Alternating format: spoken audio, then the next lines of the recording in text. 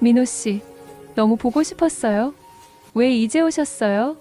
처제, 아니 수진 씨, 나도 당신 보고 싶었어. 하루도 당신을 잊은 적이 없어. 두 사람은 서로를 안고 부드럽게 입을 맞추었습니다. 그녀의 몸이 그의 크고 굳은 손 안에서 작게 떨었습니다. 형부 민호와 처제 수진 씨, 두 사람의 위험한 사랑이 시작된 건 얼마 전으로 거슬러 올라갑니다.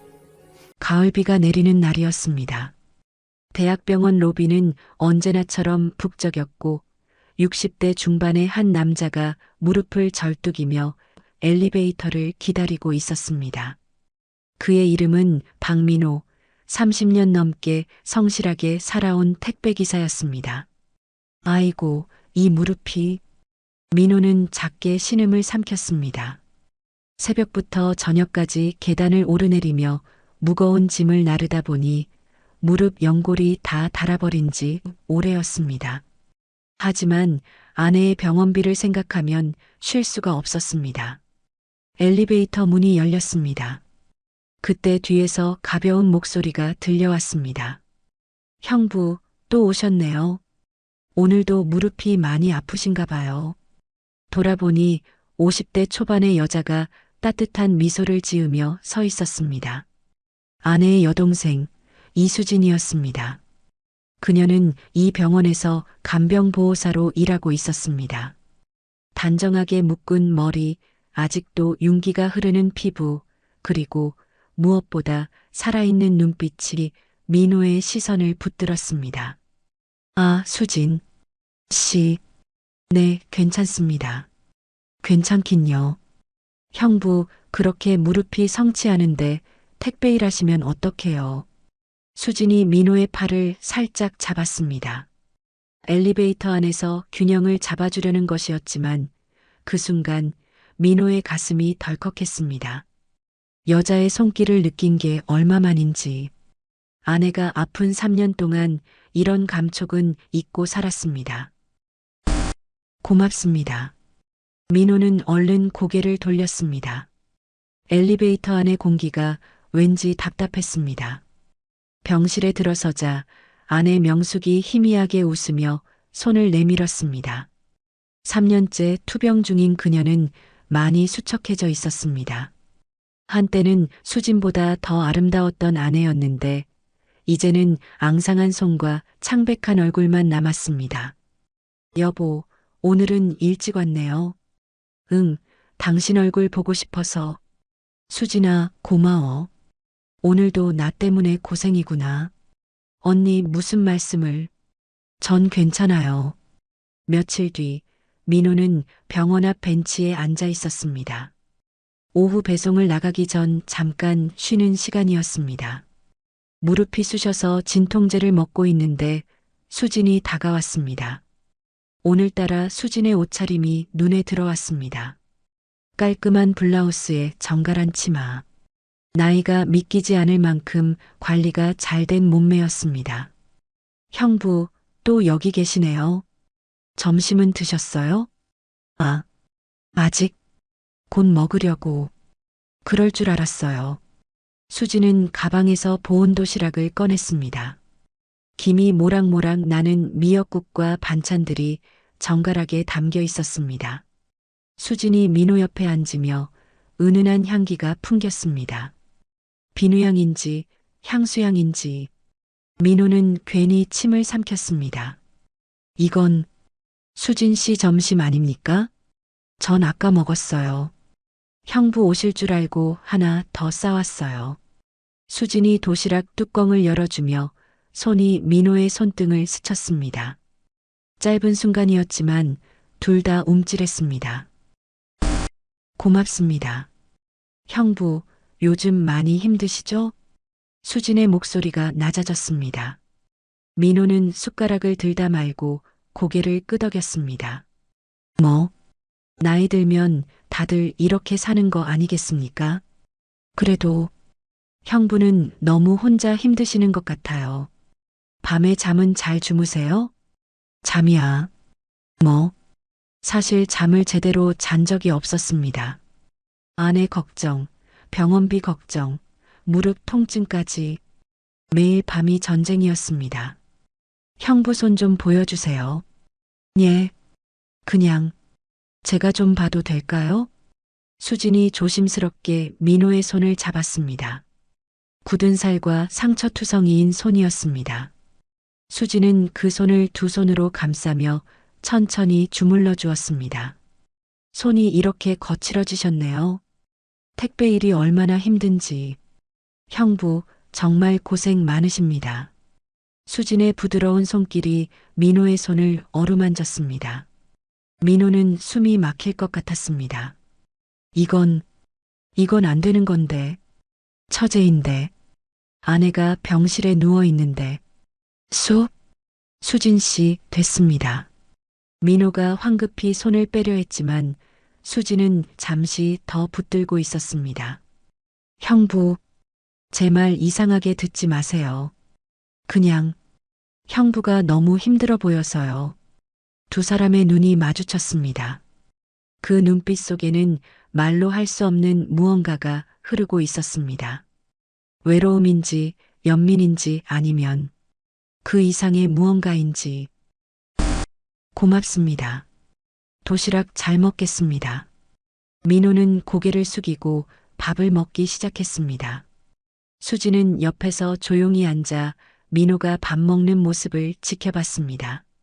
누군가 자신을 이렇게 바라봐 주는 것만으로도 민호의 가슴은 이상하게 뛰었습니다. 다음 주 민호가 병원 복도에서 비틀거렸습니다. 무릎이 완전히 나가버린 것 같았습니다. 형부, 어디선가 수진이 달려왔습니다. 민호의 몸을 부축하며 간신히 벽에 기대게 했습니다. 수진의 얼굴이 가까웠습니다. 숨소리가 들렸습니다. 걱정으로 가득한 눈동자가 민호를 바라봤습니다. 형부, 이러시면 안 돼요. 지금 당장 정형외과 가셔야 해요. 아니, 괜찮습니다. 괜찮긴요. 제가 지금 모시고 갈 거예요. 배송은 나중에 하세요. 수지는 단호했습니다. 민호의 팔을 자신의 어깨에 두르고 천천히 걸었습니다. 두 사람의 몸이 밀착되었습니다. 민호는 수진의 따뜻한 체온을 느꼈습니다. 수진의 가늘게 떨리는 숨소리도 들렸습니다. 수진 씨, 이러면 사람들이 지금 그게 중요해요? 형부가 쓰러지시면 언니는 어떡해요? 진료를 마치고 나온 민호에게 수진은 약봉투와 함께 작은 상자를 건넸습니다. 이거 좋은 무릎 보호대예요. 제가 직접 알아보고 샀어요. 꼭 착용하세요. 이걸 왜? 돈도 만만찮을 텐데. 형부, 수진이 민호의 눈을 똑바로 바라봤습니다. 형부가 건강하셔야 우리 언니도 마음 편하게 치료받을 수 있잖아요. 그러니까 제발 몸 좀 챙기세요. 수진의 눈가가 붉어졌습니다. 진심이었습니다. 민호는 가슴이 뭉클했습니다. 그리고 동시에 두려웠습니다. 이 감정이 점점 커지고 있다는 것이. 저녁 무렵 병실에서 명숙이 남편의 손을 잡았습니다. 여보, 수진이가 많이 챙겨주죠? 응, 고마운 사람이요. 수진이는 원래 마음이 따뜻한 애예요. 여보, 내가 만약 없어지면 수진이한테 잘해줘요. 무슨 소리요? 당신 괜찮아질 거요. 하지만 명숙은 알고 있었습니다. 자신의 시간이 얼마 남지 않았다는 것을. 그리고 남편과 동생 사이에 흐르는 미묘한 공기도 느끼고 있었습니다. 그날 밤 민호는 집으로 돌아가는 버스 안에서 무릎 보호대를 만지작거렸습니다. 따뜻했습니다. 수진의 온기가 남아있는 것 같았습니다. 민호는 창밖을 보며 한숨을 쉬었습니다. 이러면 안 되는데. 이러면 안 되는데. 하지만 마음은 이미 흔들리기 시작했습니다. 11월 중순 명숙의 생일이 다가왔습니다. 작년에도 재작년에도 병실에서 맞았던 생일이었습니다. 하지만 올해는 조금 달랐습니다. 수진이 먼저 제안을 했습니다. 형부, 이번에는 언니 생일을 좀 특별하게 해드리면 어떨까요? 특별하게요? 네, 병실이지만 우리가 정성껏 준비하면 언니가 좋아하실 것 같아요. 민호는 고개를 끄덕였습니다. 아내를 위해 뭔가 해주고 싶었습니다. 그리고 수진과 함께 준비한다는 것도 묘하게 설레는 일이었습니다. 생일 전날 저녁 두 사람은 병원 근처 마트에서 만났습니다. 형부 여기요. 수진이 손을 흔들며 다가왔습니다. 평소보다 화장을 연하게 하고 부드러운 니트를 입은 모습이었습니다. 민호는 순간 가슴이 철렁했습니다. 뭘 사야 할까요? 케이크는 제가 예약해뒀어요. 언니가 좋아하시는 딸기 케이크요. 그리고 꽃도 사야 하고. 아, 풍선도 좀 사면 어떨까요? 두 사람은 마트를 돌아다니며 이것저것 골랐습니다. 풍선을 고르다가 수진이 웃음을 터뜨렸습니다. 형부, 이거 보세요. 하트 풍선이에요. 귀엽죠? 그건 좀. 왜요? 생일인데 괜찮잖아요. 언니가 좋아하실 거예요. 수진이 하트 풍선을 들고 민호 앞에 가져다 댔습니다. 장난스러운 표정이었습니다. 민호는 웃음이 나왔습니다. 언제 이렇게 편하게 웃어본 게 얼마만인지. 수진 씨는 참 밝으시네요. 힘든 일을 하다 보니까 이렇게라도 웃어야 버틸 수 있어요. 형부도 가끔은 웃으셔야 해요. 계산을 마치고 나오는데 수진이 무거운 봉투를 들려고 했습니다. 제가 들겠습니다. 형부 무릎 아프시잖아요. 이 정도는 괜찮습니다. 두 사람이 봉투를 동시에 잡았습니다. 손이 겹쳤습니다. 잠시 멈칫했지만 누구도 먼저 손을 떼지 않았습니다. 같이 들까요? 네. 두 사람은 나란히 걸으며 봉투를 함께 들었습니다. 가로등 불빛 아래 두 사람의 그림자가 하나처럼 겹쳐졌습니다. 생일 당일 민호와 수지는 이른 아침부터 병실을 꾸미기 시작했습니다. 명숙은 검사를 받으러 간 사이였습니다. 여기 풍선 좀 붙여주세요. 수진이 의자 위에 올라가 풍선을 달려고 했습니다. 그런데 균형을 잃고 비틀거렸습니다. 아, 조심하세요. 민호가 황급히 수진의 허리를 붙잡았습니다. 수진이 민호의 품에 안기듯 내려왔습니다. 두 사람의 얼굴이 가까웠습니다. 숨소리가 들렸습니다. 죄송합니다.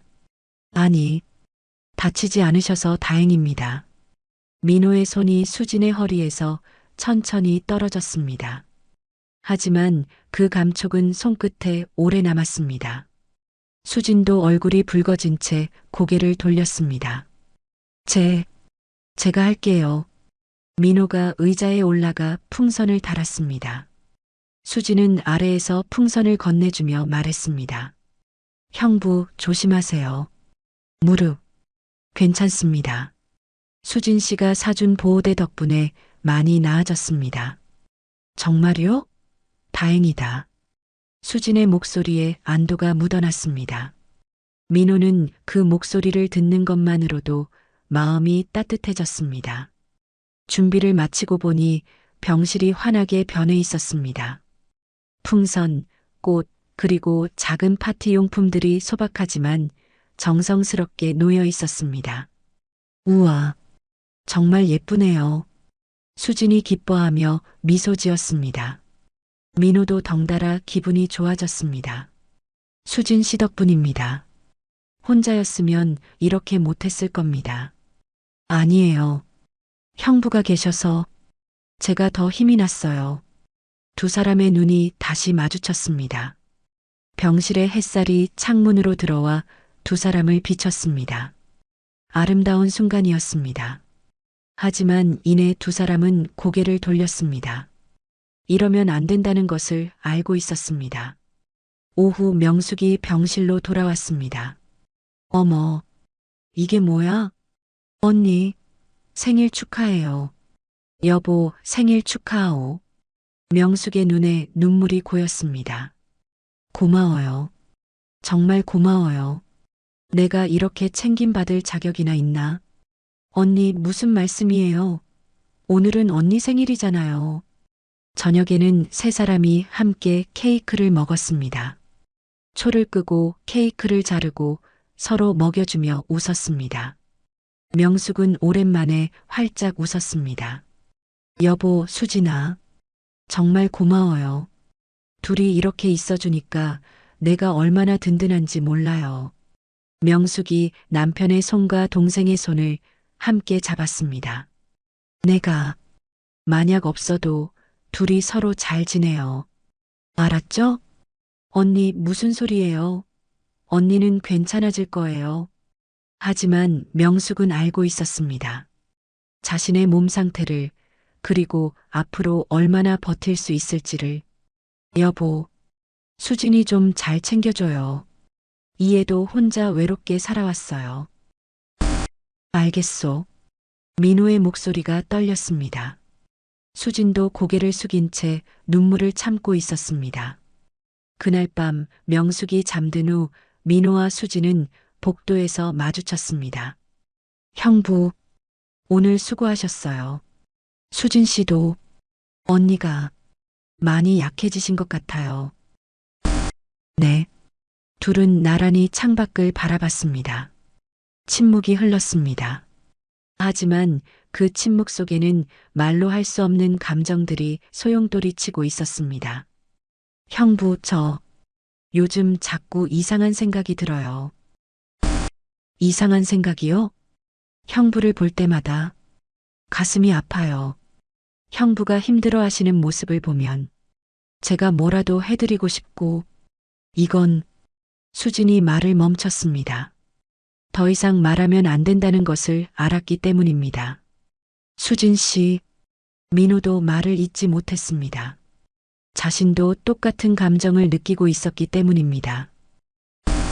우리 조심해야 할 것 같아요. 형부. 네, 저도 그렇게 생각합니다. 두 사람은 서로를 보지 않은 채 각자의 방향으로 걸어갔습니다. 하지만 두 사람 모두 알고 있었습니다. 마음은 이미 통제할 수 없을 만큼 흔들리고 있다는 것을. 병실로 돌아온 민호는 잠든 아내의 손을 잡았습니다. 여보, 미안하오. 정말 미안하오. 하지만 그의 머릿속에는 수진의 모습이 계속 떠올랐습니다. 수진의 웃음, 수진의 목소리, 수진의 온기.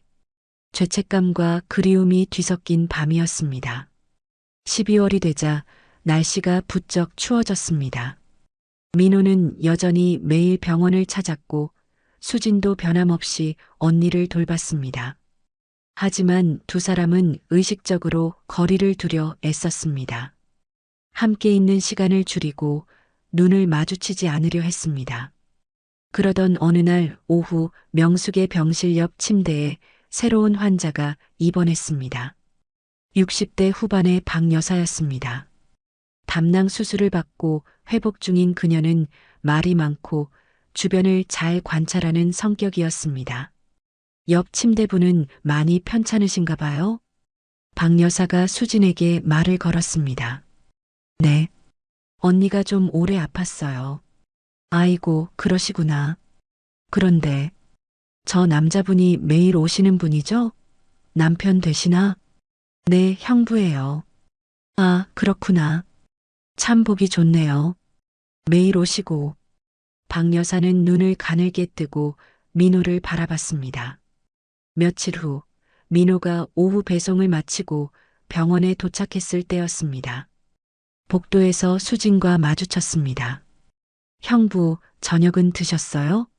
아직입니다. 수진 씨는요? 저도요. 형부, 잠깐 병원 앞 분식집에서 같이 먹을까요? 언니는 지금 주무시고 계세요. 민호는 잠시 망설였지만 고개를 끄덕였습니다. 사실 하루 종일 아무것도 못 먹었고 수진과 함께 있고 싶은 마음도 있었습니다. 병원 앞 작은 분식집에서 두 사람은 떡볶이와 어묵을 시켰습니다. 형부, 요즘 일은 좀 괜찮으세요? 뭐, 그럭저럭입니다. 무릎 보호대 덕분에 좀 나아졌습니다. 다행이에요. 제가 걱정 많이 했거든요. 수진이 민호의 컵에 물을 따라주며 미소 지었습니다. 민호는 그 미소를 보며 가슴이 따뜻해졌습니다. 수진 씨, 요즘 많이 피곤해 보이시는데 괜찮으십니까? 저요? 아, 괜찮아요. 그냥 밤 근무가 좀 많아서요. 몸 좀 챙기세요. 수진 씨까지 쓰러지면 민호가 말을 멈췄습니다. 나는 어떡하나 라는 말이 목까지 올라왔지만 삼켰습니다. 형부, 제 걱정해 주시는 거예요? 당연하지 않습니까? 수진 씨는 중요한 사람이니까요. 그 순간 두 사람의 눈이 마주쳤습니다. 분식집의 따뜻한 불빛 아래서 두 사람은 한참을 그렇게 바라봤습니다. 수진의 눈가가 붉어졌습니다. 형부, 저도, 형부가, 그때 수진의 휴대폰이 울렸습니다. 병원에서 온 연락이었습니다. 급히 식사를 마치고 병원으로 돌아가는데 두 사람은 나란히 걸으며 웃고 있었습니다. 오랜만에 느끼는 평온한 시간이었습니다. 하지만 그 모습을 누군가 보고 있었습니다. 병원 앞 약국에서 약을 사던 박 여사였습니다. 그녀는 두 사람의 모습을 유심히 지켜봤습니다. 나란히 걷는 모습, 편안하게 웃는 표정, 그리고 서로를 바라보는 눈빛. 저게 그냥 형부와 처제 사이일까? 박 여사는 고개를 갸웃했습니다. 다음 날 오후 명숙이 잠든 사이 박 여사가 조심스럽게 말을 꺼냈습니다. 저기, 명숙 씨 깨셨어요? 명숙이 눈을 떴습니다. 네. 박 여사님, 저 할 말이 있는데 기분 나쁘게 들으시면 안 돼요. 무슨 말씀이세요?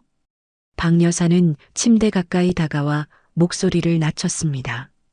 어제 저녁에 병원 앞에서 남편분이랑 동생분이 같이 밥 먹는 거 봤어요. 아, 네. 둘이 저녁 먹으러 갔다고 했어요. 그게 그냥 밥만 먹는 게 아니라 좀 그렇더라고요. 그렇다니요? 둘이 너무 편해 보이고 웃고 그러더라고요. 그냥 형부와 처제 같지가 않았어요. 명숙의 얼굴이 굳어졌습니다. 무슨 말씀이세요? 아니, 제가 오해한 거면 죄송한데 요즘 두 분이 자주 같이 계시잖아요. 병원에서도 그렇고 좀 수상하다는 생각이 들어서요. 명숙은 대답하지 못했습니다. 사실 자신도 느끼고 있었습니다. 남편과 동생 사이의 묘한 기류를. 며칠 후 간호사실에서도 소문이 돌기 시작했습니다. 저기 7012호실 환자 보호자 있잖아. 매일 오는 남자. 응, 택배기사? 무릎 아픈 분? 응, 그분이랑 저기 간병보호사 이수진 씨. 뭔가 이상하지 않아? 왜? 뭐가? 처제 맞아? 근데 너무 친한 것 같아. 며칠 전에도 복도에서 둘이 손잡고 있는 거 봤는데. 진짜? 에이, 설마. 환자분 남편인데. 나도 처음엔 그냥 그러려니 했는데 자꾸 보이니까 좀 그래. 수진 씨도 저 사람만 보면 표정이 달라져. 어머, 그럼 환자분은 알까? 간호사들의 수군거림은 점점 커졌습니다. 어느 날 아침 수진이 간호사실에 들어섰을 때 동료 간호사가 조심스럽게 말했습니다. 수진 씨, 요즘 7012호실 보호자분이랑 너무 자주 같이 있는 거 아니에요? 네, 그게 무슨, 아니, 그냥 사람들이 좀 이상하게 본다고요.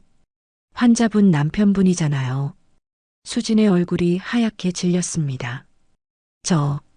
저는 그냥 형부가 힘드셔서 도와드리는 것뿐인데요. 그래도 조심하는 게 좋을 것 같아요. 병원이 좁잖아요. 수지는 그날 하루 종일 마음이 무거웠습니다. 저녁 무렵 민호를 만났을 때도 표정이 어두웠습니다. 수진 씨, 무슨 일 있습니까? 형부, 우리 사람들이 이상하게 본다고 해요. 뭐라고요? 병원에서 우리가 너무 자주 같이 있다고, 수상하다고. 민호의 얼굴도 굳어졌습니다. 그게 사실 병실에서도 옆 환자분이 언니한테 뭔가 말씀하신 것 같아요. 무슨 말을요? 잘은 모르겠는데 언니 표정이 이상했어요. 저한테도 요즘 형부 얘기를 자꾸 하시고 두 사람은 복도 구석에 서서 난감한 표정을 지었습니다. 우리 어떻게 해야 할까요, 형부? 일단 좀 조심해야 할 것 같습니다. 사람들 눈도 있고, 네, 그래야겠죠. 하지만 두 사람 모두 알고 있었습니다. 거리를 두는 것이 얼마나 힘든 일인지를. 그날 밤 명숙은 남편에게 조심스럽게 물었습니다. 여보, 수진이랑 요즘 자주 같이 있어요? 응, 뭐, 병원에서 마주치면 얘기하지. 사람들이 이상하게 본다던데. 민호는 식은땀이 났습니다. 무슨 이상하게 본다는 게 너무 친해 보인다고. 당신들 둘이, 당신 무슨 말을. 여보, 나는 괜찮아요.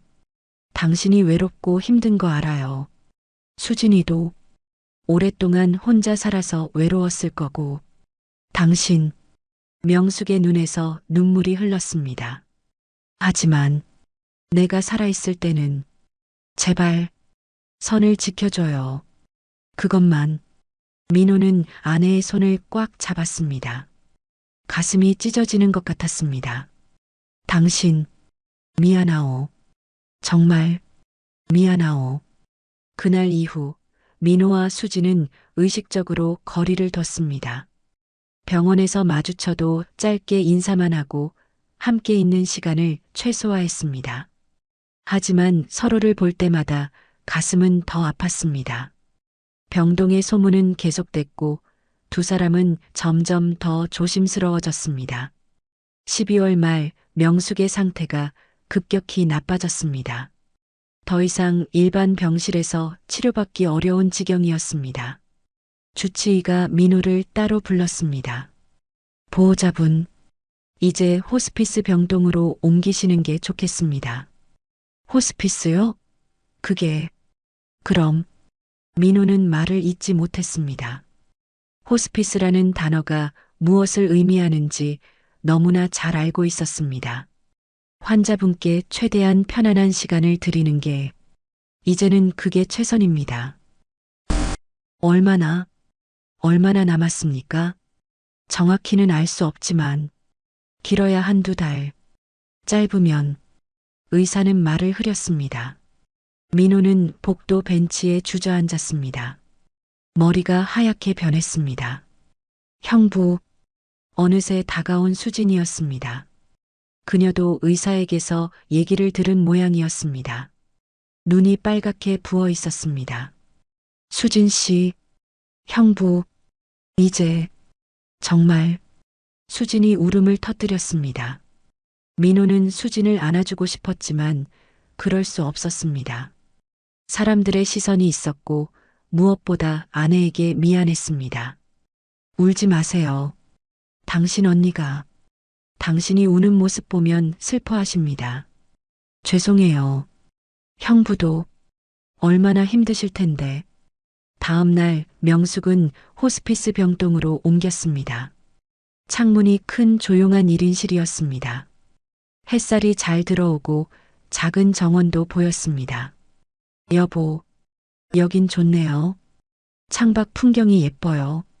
명숙이 힘없이 미소 지었습니다. 민호는 아내의 손을 잡았습니다. 이제는 뼈만 남은 손이었습니다. 당신, 내가 미안하오.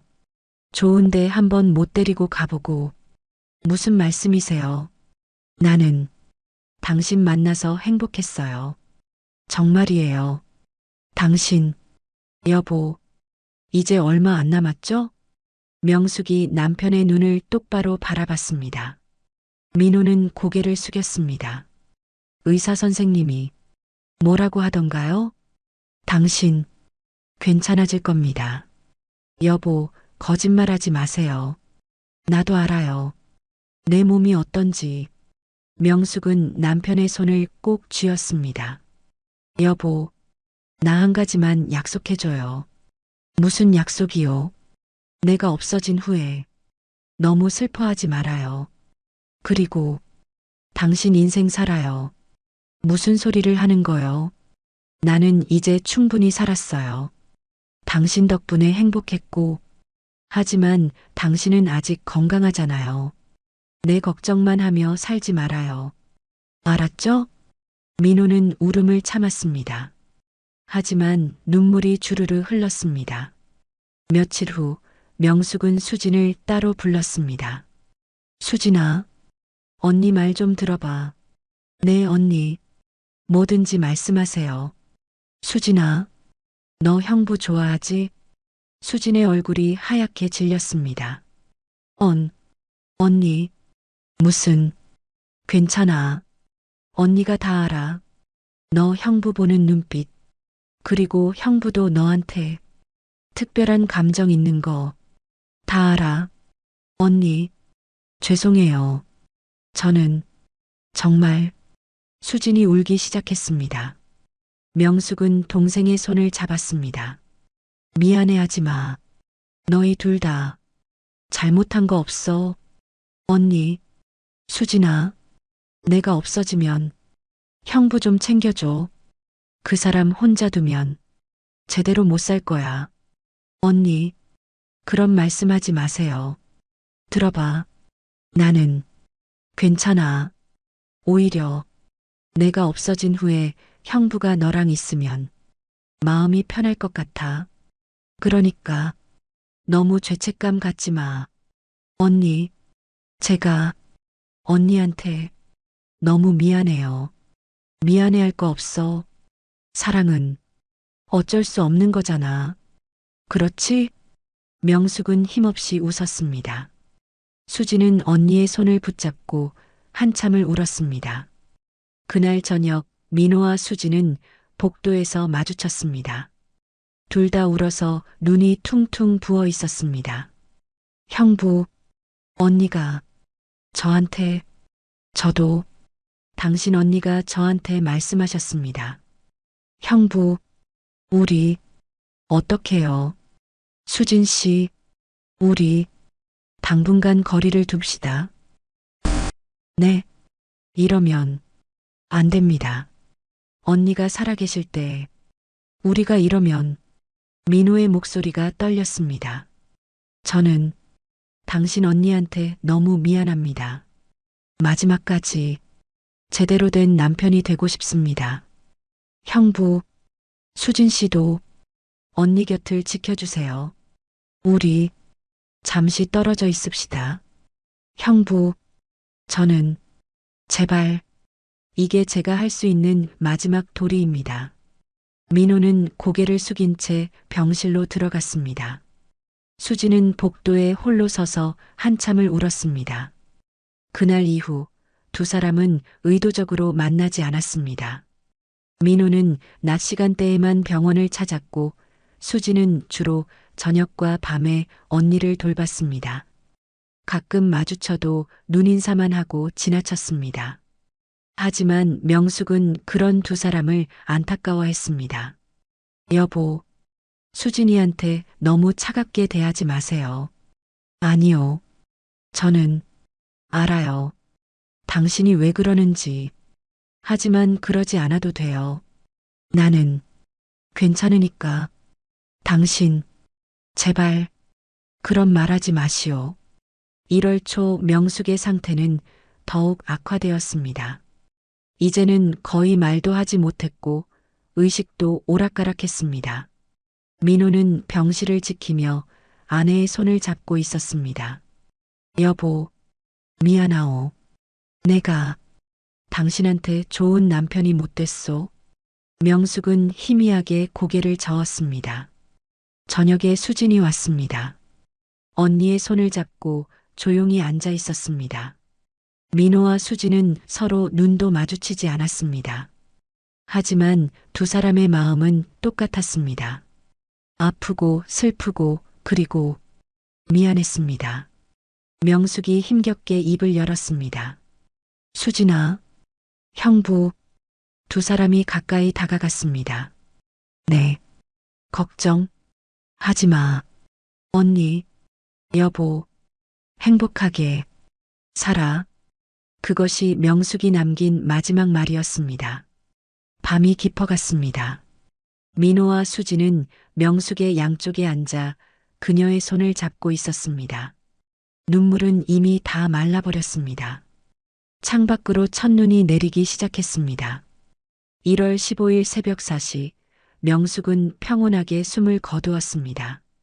마지막 순간까지 남편과 동생의 손을 잡고 있었습니다. 고통스러워하지 않았습니다. 그저 잠드는 것처럼 조용히 떠났습니다.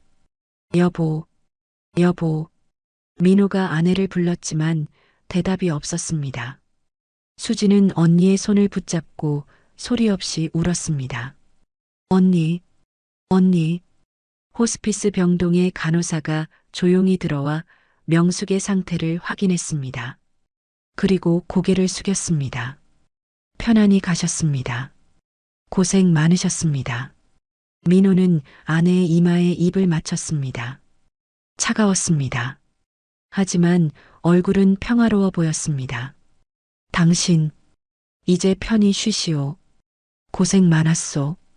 장례식장은 병원 지하에 있었습니다. 3일장으로 치러졌습니다. 친척들과 지인들이 하나둘 모여들었습니다. 민호의 형 내외가 왔습니다. 60대 후반의 형은 동생을 껴안으며 위로했습니다. 민호야, 고생 많았다. 이제 좀 쉬어라. 형님, 재수 씨가 이렇게 갈 줄은 참 안 됐다. 형수도 눈물을 훔쳤습니다. 명숙의 친척들도 도착했습니다. 명숙의 오빠와 올케, 그리고 조카들이었습니다. 수진은 조문객들을 맞으며 인사했습니다. 수진아, 고생 많았구나. 내가 언니 많이 돌봤다며? 네, 오빠. 제가 해드릴 수 있는 게 그것밖에 없어서. 그래, 고맙다. 하지만 올케의 표정은 좀 달랐습니다. 그녀는 수진을 보며 뭔가 의심스러운 눈초리를 보냈습니다. 장례식 이틀째 되는 날, 친척들이 모여 앉아 이야기를 나누고 있었습니다. 민호와 수진은 조문객을 맞느라 자리에 없었습니다. 그런데 수진이가 너무 자주 병원에 있었던 거 아니야? 올케가 조심스럽게 말을 꺼냈습니다. 뭐, 수진이가? 응, 내가 병문안 갔을 때 봤는데 매영이랑 수진이가 너무 친해 보이더라고. 그야, 처제 매영 사이잖아. 당연히 친하지. 아니, 그런 게 아니라 좀 이상하게 친하더라고. 눈빛이. 에이, 설마. 수진이가 그럴 애가 아니잖아. 하지만 올케는 계속 의심스러운 표정이었습니다. 명숙이가 죽기 전에 혹시 눈치챘을까? 그게 무슨 소리야? 오빠가 화를 냈습니다. 하지만 올케는 물러서지 않았습니다. 나만 그렇게 본 게 아니야. 병원 간호사들도 그렇게 말하더라고. 두 사람이 수상하다고. 말 조심해. 그래도 우리 동생 장례식장인데. 하지만 그 말은 이미 친척들 사이에 퍼지기 시작했습니다. 장례식 마지막 날, 발인을 앞두고 민호의 형이 동생을 따로 불렀습니다. 민호야, 형이 물어볼 게 있다. 네, 형님. 너, 수진이하고 뭔가 있었냐?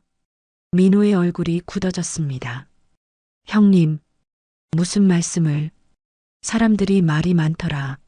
너희 둘이 명숙이 살아있을 때부터 수상했다고. 형님, 그건 오해입니다. 오해면 다행이다.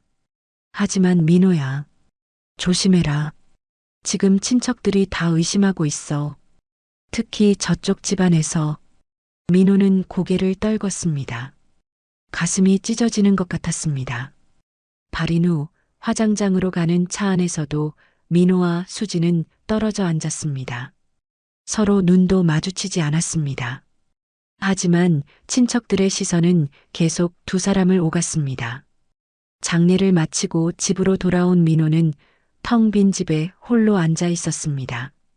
아내의 사진이 벽에 걸려 있었습니다. 환하게 웃고 있는 젊은 시절의 명숙이었습니다. 여보, 미안하오. 정말 미안하오. 민호는 사진 앞에서 한참을 울었습니다. 며칠 후 수진에게서 문자가 왔습니다. 형부, 저 당분간 연락 안 드릴게요. 친척들이 많이 의심하는 것 같아요. 형부한테 피해가지 않게 제가 조심할게요. 민호는 전화를 걸려다가 멈췄습니다. 그리고 답장을 보냈습니다. 그렇게 하십시오. 저도 당분간 연락 안 하겠습니다. 다음 날 민호의 형이 다시 찾아왔습니다. 이번에는 형수도 함께였습니다. 민호야, 우리가 할 말이 있어서 왔다. 형님, 무슨 일이십니까? 저쪽 집안에서 수진이를 좀 멀리하라고 하더라. 네, 명숙이 오빠가 어제 나한테 전화했어. 수진이랑 너랑 너무 가깝다고. 당분간 좀 떨어져 지내는 게 좋겠다고. 형님, 저희는 아무것도. 나도 안다. 너희가 잘못한 거 없다는 거. 하지만 사람들 입이 무섭잖아. 지금은 좀 조용히 지내는 게 좋을 것 같다. 형수도 거들었습니다. 민호야, 우리도 내 마음 안다. 외롭고 힘들었을 거야. 수진이도 착한 애고. 하지만 지금은 때가 아니야. 명숙이가 죽은 지 얼마나 됐다고. 알겠습니다. 민호는 고개를 끄덕였습니다. 사실 그 자신도 죄책감에 시달리고 있었습니다. 아내가 죽은 지 채 한 달도 안 됐는데 수진 생각을 하고 있는 자신이 너무 비겁하게 느껴졌습니다. 그날 밤 민호는 결심했습니다. 수진과의 연락을 완전히 끊기로. 이것이 아내에게 할 수 있는 마지막 도리라고 생각했습니다. 수진도 비슷한 결정을 내렸습니다. 병원 일을 줄이고 봉사활동도 중단했습니다. 형부와 마주칠 가능성을 없애기 위해서였습니다. 수진아, 요즘 병원 안 나와? 동료 간호사가 물었습니다. 네, 제가 좀 쉬려고요. 언니 일도 있었고, 몸도 마음도 지쳐서. 그래, 그럴 만도 하지. 푹 쉬어. 언제든 돌아오고 싶으면 연락해. 고맙습니다. 수지는 집에서 혼자 조용히 지냈습니다. 언니 생각에, 형부 생각에 매일 밤 울었습니다. 하지만 연락할 수 없었습니다. 그것이 언니에게, 형부에게, 그리고 자신에게 하는 최선이라고 믿었습니다. 2월이 되었습니다. 민호는 택배 일을 다시 시작했습니다. 일하지 않으면 미칠 것 같았습니다. 수진 생각이 자꾸 떠올랐기 때문입니다. 하지만 무릎은 더 악화됐습니다. 수진이 사준 보호대를 하고 있었지만 통증은 점점 심해졌습니다. 이러다 정말 쓰러지겠구나. 민호는 진통제를 삼키며 생각했습니다. 하지만 멈출 수 없었습니다. 멈추면 더 아픈 생각들이 밀려올 것 같았습니다. 수진도 집에서 혼자 지내며 마음을 추스르고 있었습니다. 언니의 사진을 보며 매일 이야기를 나눴습니다. 언니, 제가 형부를 사랑하게 된 것 같아요. 하지만 이러면 안 되잖아요. 그렇죠?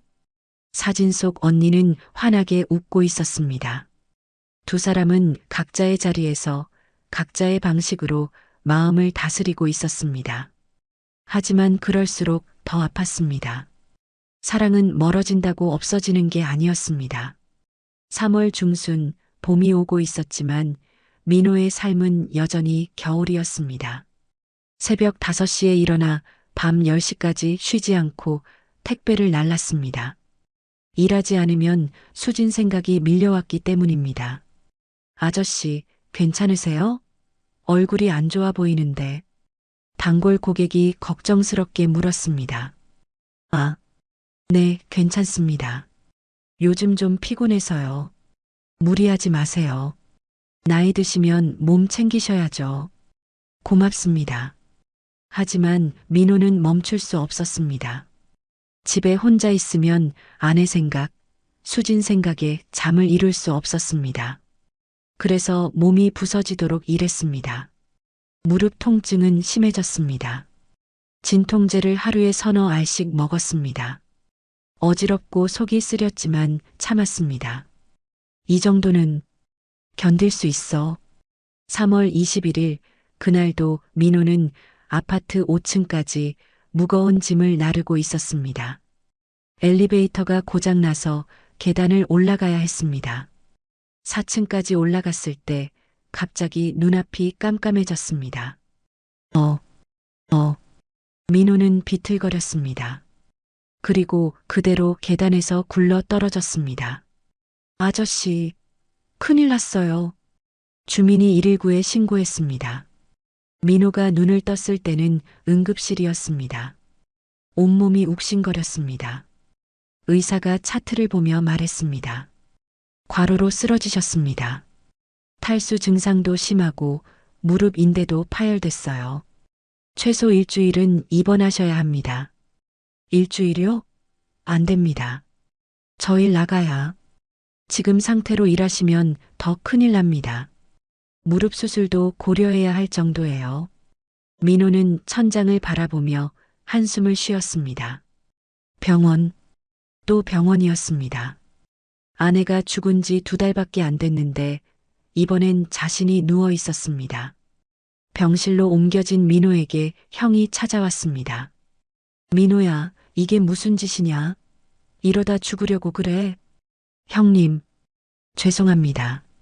죄송하긴, 너 혼자 사는 것도 아니고 우리가 얼마나 걱정했는데. 당분간 일 그만두고 쉬어. 생활비는 내가 좀 보태줄게. 형님, 제가 어떻게. 됐어. 일단 몸부터 추스려. 알았지? 형은 화가 나면서도 동생이 안쓰러웠습니다. 이틀 후 저녁, 민호는 병실에서 멍하니 창밖을 바라보고 있었습니다. 그때 문이 조용히 열렸습니다. 형부, 돌아보니 수진이 서 있었습니다. 2달 만에 보는 얼굴이었습니다. 많이 야위어 있었습니다. 수진 씨, 어떻게. 형부가 입원하셨다는 소식 들었어요. 제가 그냥 지나칠 수가 없어서. 수진이 과일 바구니를 놓으며 민호를 바라봤습니다. 눈가가 붉어져 있었습니다. 형부, 왜 이렇게 되도록 놔두셨어요? 몸이 이렇게 안 좋으신데. 수진 씨, 오시면 안 됩니다. 사람들은 신경 안 써요. 지금 형부가 중요하지 다른 게 뭐가 중요해요. 수진의 목소리가 떨렸습니다. 민호는 고개를 돌렸습니다. 돌아가세요. 저는 괜찮습니다. 괜찮아 보이지 않아요. 형부, 이러시면 안 돼요. 수진 씨, 제발 그만 가주십시오. 차갑게 말했지만 민호의 목소리도 떨리고 있었습니다. 다음 날 저녁, 수진은 다시 왔습니다. 이번에는 죽과 반찬을 싸왔습니다. 형부, 병원 음식만 드시면 안 돼요. 제가 집에서 해왔어요. 수진 씨, 왜 자꾸 오십니까? 형부 혼자 누워 계신데 제가 어떻게 가만히 있어요? 수진이 죽을 떠서 민호 앞에 내밀었습니다. 드세요. 제가 형부 좋아하시는 전복죽 끓였어요. 민호는 숟가락을 받아들었습니다. 한 입 먹는데 눈물이 났습니다. 명숙이 해주던 맛이었습니다. 맛 있습니까? 네. 다행이다. 형부 많이 드세요. 몸 좀 회복하셔야 해요. 수지는 옆에서 민호가 먹는 모습을 지켜봤습니다. 그 눈빛에는 사랑과 걱정이 가득했습니다. 며칠 동안 수지는 매일 저녁 병원에 왔습니다. 간병을 도와주고 식사를 챙겨주고 씻는 것도 도와줬습니다. 민호는 거부했지만 수지는 물러서지 않았습니다. 형부, 팔 좀 올려주세요. 등 닦아드릴게요. 수진 씨, 이러지 마세요. 가만히 계세요. 제가 간병보호사예요. 이런 거 익숙해요. 수진의 부드러운 손이 민호의 등을 닦았습니다. 민호는 온몸이 떨렸습니다. 이 온기가, 이 따뜻함이 너무 그리웠습니다. 형부, 많이 야위셨네요. 혼자 계시면서 제대로 못 드셨죠? 형부, 왜 이렇게까지 자신을 혹사하세요? 언니가 보시면 얼마나 속상해 하시겠어요. 수진 씨, 그만하세요. 민호의 목소리가 잠겼습니다. 저는 당신을 볼 자격이 없습니다. 아내가 죽은 지 2달밖에 안 됐는데 저는 당신을 생각하고 있었습니다. 형부, 그게 너무 비겁하게 느껴졌습니다. 그래서 일로 잊으려고 했습니다. 당신을 잊으려고. 수진의 눈에서 눈물이 흘렀습니다. 형부, 저도 마찬가지예요. 저도 형부를 생각하면 안 되는데 자꾸 생각났어요. 수진 씨, 형부, 우리 어떻게 해야 해요? 두 사람은 서로를 바라봤습니다. 눈물 범벅이 된 얼굴로. 하지만 민호는 고개를 돌렸습니다. 수진 씨, 이제 그만 오세요. 형부, 저는 당신을 행복하게 해줄 수 없습니다. 사람들 눈도 있고 저 같은 늙은이가 당신 인생을 망칠 수는 없습니다. 형부, 그게 무슨 말씀이세요? 저는 제발 이제 그만 와주세요. 당신 좋은 사람 만나서 행복하게 사세요. 그게 제가 당신한테 해줄 수 있는 마지막입니다. 형부, 싫어요. 저는 형부가 아니면. 수진 씨, 민호가 소리쳤습니다. 병실이 조용해졌습니다. 가주세요. 다시는 오지 마세요. 수진은 한참을 서 있다가 천천히 몸을 돌렸습니다. 문 앞에서 잠시 멈춰섰지만 결국 나갔습니다. 문이 닫혔습니다. 민호는 이불을 뒤집어 쓰고 소리 없이 울었습니다. 수진도 복도에서 벽에 기대어 한참을 울었습니다. 사랑하는 사람을 밀어내는 것은 칼로 자기 가슴을 찌르는 것과 같았습니다. 하지만 민호는 그것이 옳다고 믿었습니다. 수진을 위해서, 그리고 죽은 아내를 위해서. 그날 밤 두 사람은 각자의 자리에서 잠들지 못했습니다.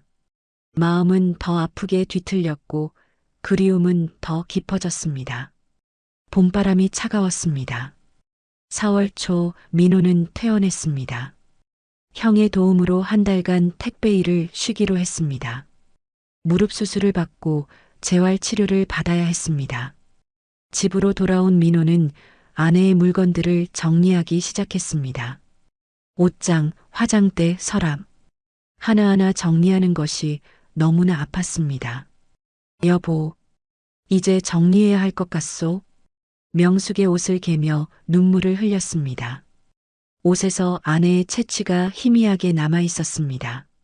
서랍을 정리하던 중 작은 공책 하나를 발견했습니다. 아내의 일기장이었습니다. 민호는 잠시 망설였습니다. 남의 일기를 볼까 말까?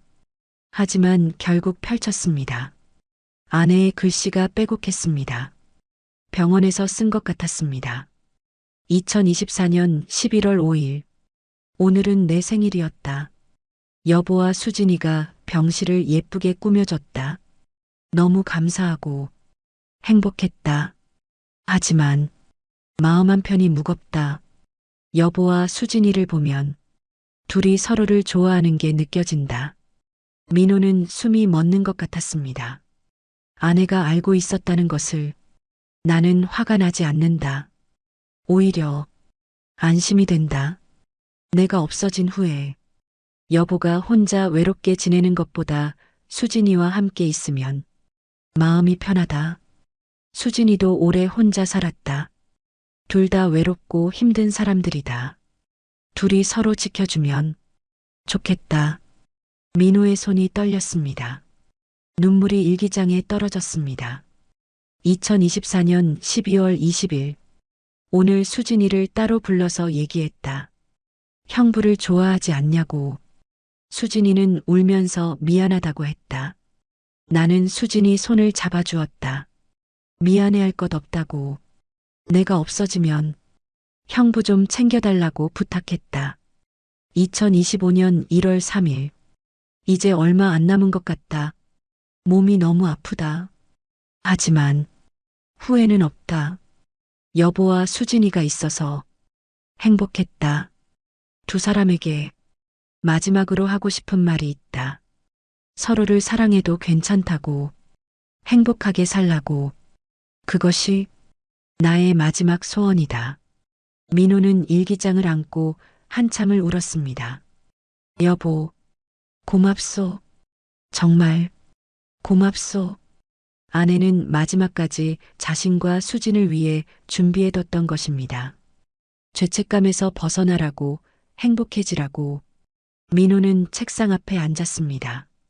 그리고 편지를 쓰기 시작했습니다. 수진 씨에게. 이 편지를 쓰기까지 오랜 시간 고민했습니다. 편지를 보낼 용기가 나지 않았습니다. 하지만 오늘 당신 언니의 일기장을 발견했습니다. 당신 언니는 모든 것을 알고 있었습니다. 우리의 마음을, 그리고 언니는 우리를 용서했습니다. 아니, 용서를 넘어서 축복해 주셨습니다. 수진 씨, 저는 그동안 죄책감에 시달렸습니다. 아내가 살아계실 때 당신을 생각했다는 것이, 아내가 죽은 지 얼마 안 돼서 당신을 그리워한다는 것이 너무 비겁하게 느껴졌습니다. 그래서 당신을 밀어냈습니다. 당신이 다시는 오지 않기를 바랐습니다. 그게 옳다고 믿었습니다. 하지만 당신 언니의 일기를 읽고 나니 알게 됐습니다. 우리가 서로를 사랑하는 것은 잘못이 아니라는 것을, 오히려 당신 언니가 우리에게 준 마지막 선물이라는 것을. 수진 씨, 저는 이제 당신 곁에 있고 싶습니다. 빚으로서가 아니라 제 선택으로, 당신을 사랑하는 사람으로서. 당신이 원한다면 다시 만나주시겠습니까? 천천히, 조심스럽게 함께 걸어가 주시겠습니까? 답장을 기다리겠습니다. 민호 올림. 민호는 편지를 봉투에 넣었습니다. 그리고 수진의 집 주소를 적었습니다. 손이 떨렸지만 이번에는 확신이 있었습니다. 우체국에 가서 편지를 붙였습니다. 이제 수진의 답을 기다릴 차례였습니다. 사흘 후 수진의 집에 편지가 도착했습니다. 수진은 봉투를 보자마자 누구의 편지인지 알 수 있었습니다. 손이 떨렸습니다. 편지를 펼쳤습니다. 한 글자 한 글자 읽어 내려갔습니다. 눈물이 흘렀습니다. 형부, 언니가 이렇게까지. 수진은 편지를 가슴에 안고 한참을 울었습니다. 기쁨의 눈물이었습니다. 죄책감에서 해방된 눈물이었습니다. 수진도 책상 앞에 앉았습니다. 그리고 답장을 쓰기 시작했습니다. 형부께 편지 받았습니다. 한참을 울었습니다. 언니가 우리를 이렇게까지 생각해 주셨다는 게 믿기지 않았습니다. 형부, 저도 그동안 너무 힘들었습니다. 형부를 사랑하면 안 되는데 자꾸 생각났습니다. 형부 얼굴이, 목소리가, 온기가 잊혀지지 않았습니다. 형부가 저를 밀어냈을 때 정말 마음이 찢어지는 것 같았습니다. 하지만 이해했습니다. 형부도 힘드셨을 거라는 것을. 형부, 저도 형부 곁에 있고 싶습니다. 형부를 사랑합니다. 이제는 떳떳하게 말할 수 있을 것 같습니다.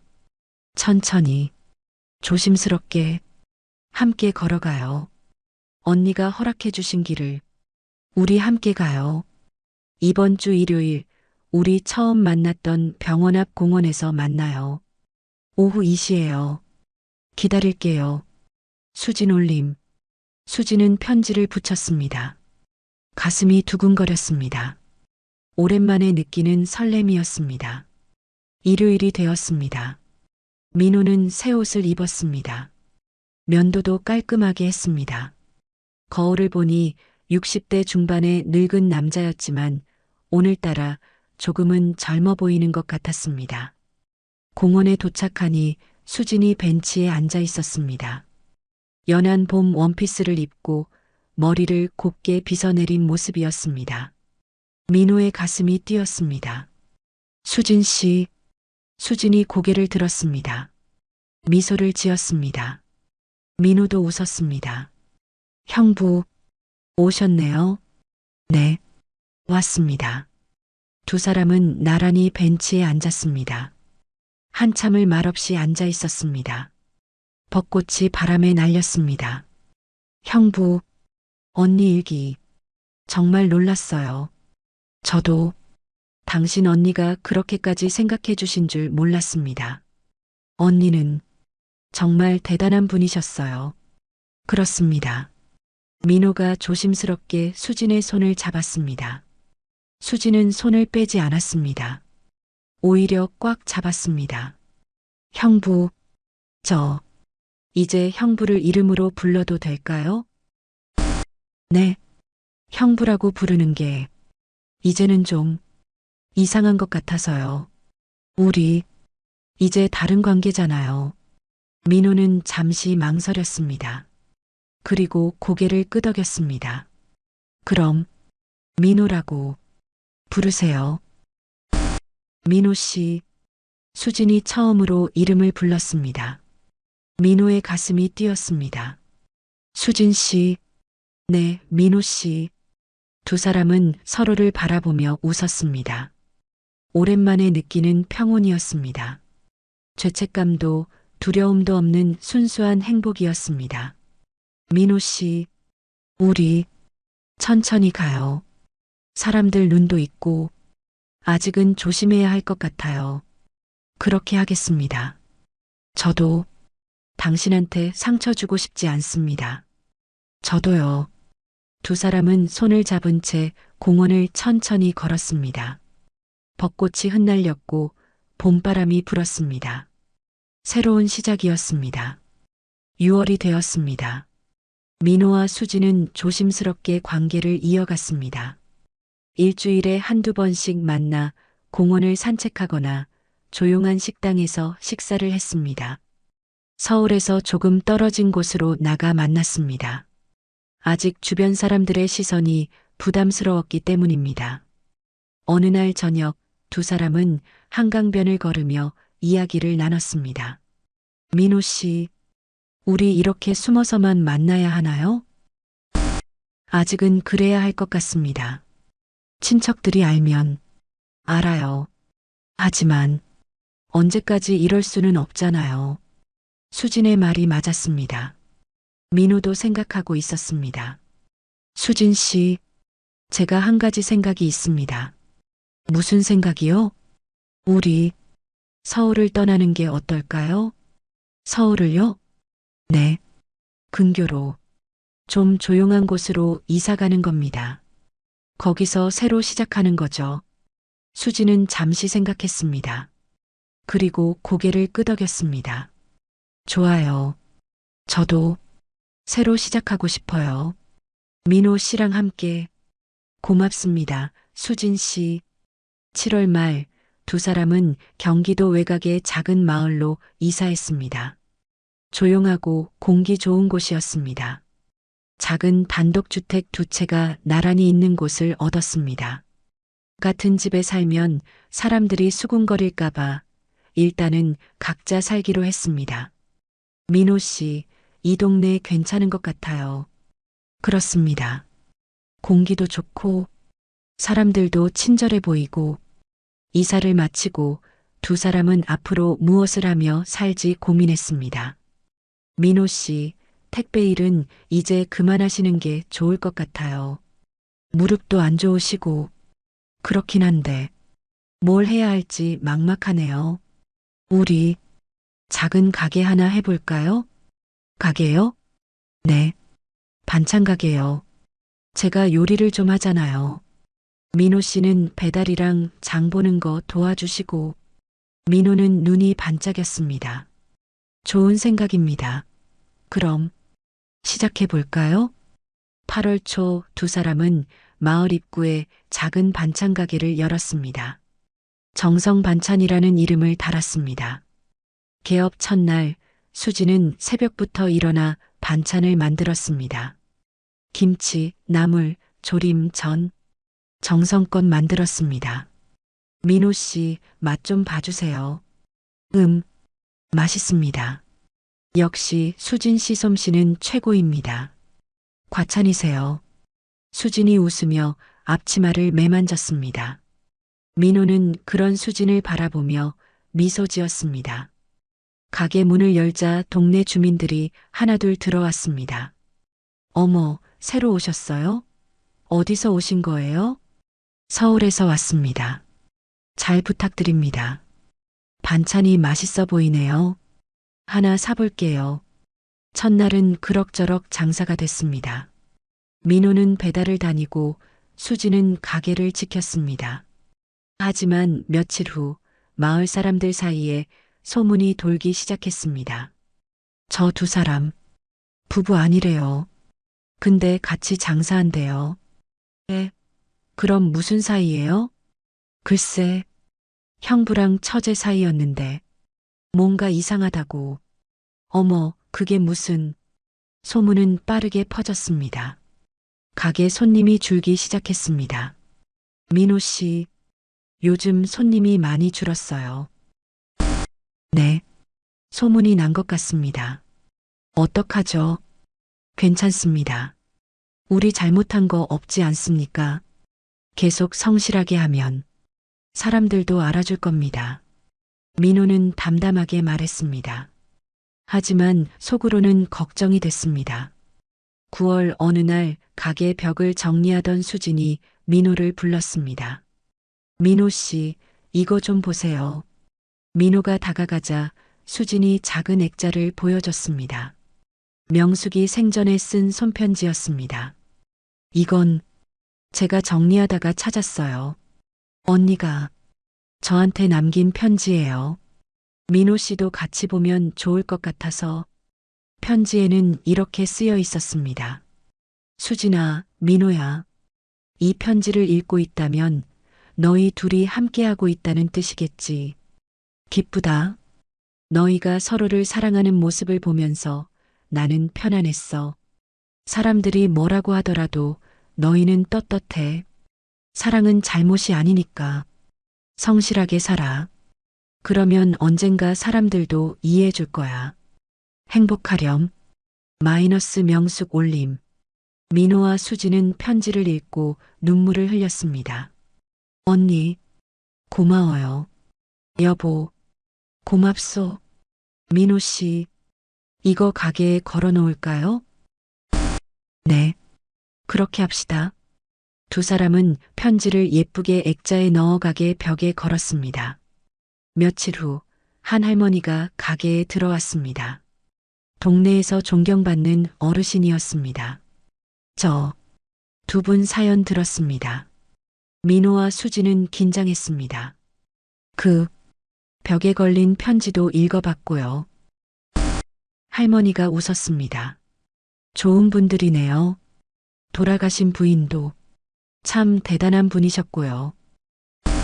감사합니다. 사람들이 뭐라고 해도 신경 쓰지 마세요. 두 분이 잘못한 거 없어요. 오히려 부러워요.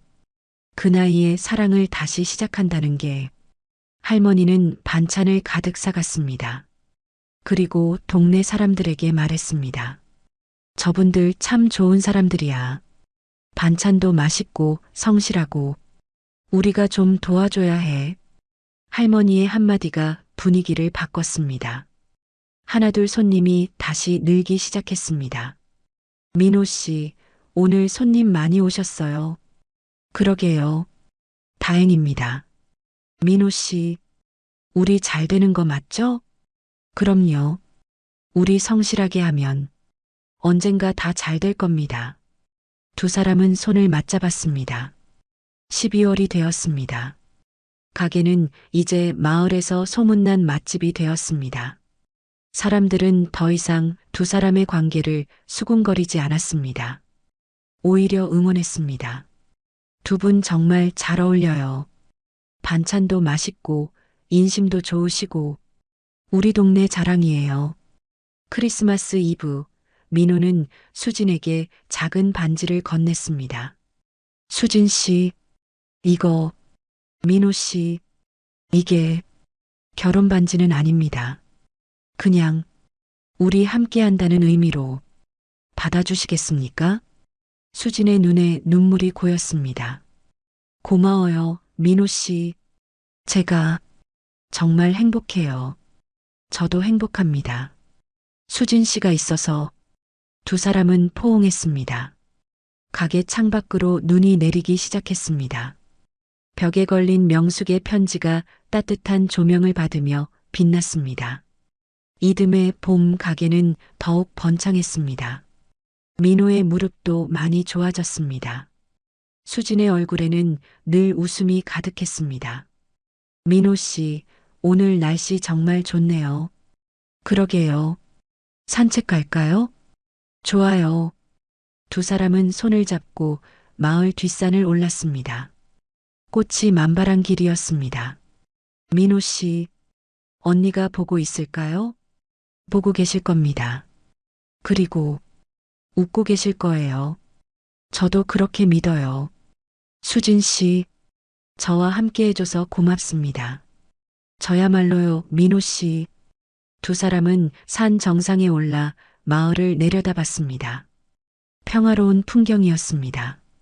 자신들의 가게도 보였습니다. 우리 잘 살고 있죠? 네, 아주 잘 살고 있습니다. 민호가 수진을 안았습니다. 수진도 민호를 꼭 안았습니다. 햇살이 따뜻했습니다. 바람이 부드러웠습니다. 그리고 두 사람의 마음도 평온했습니다.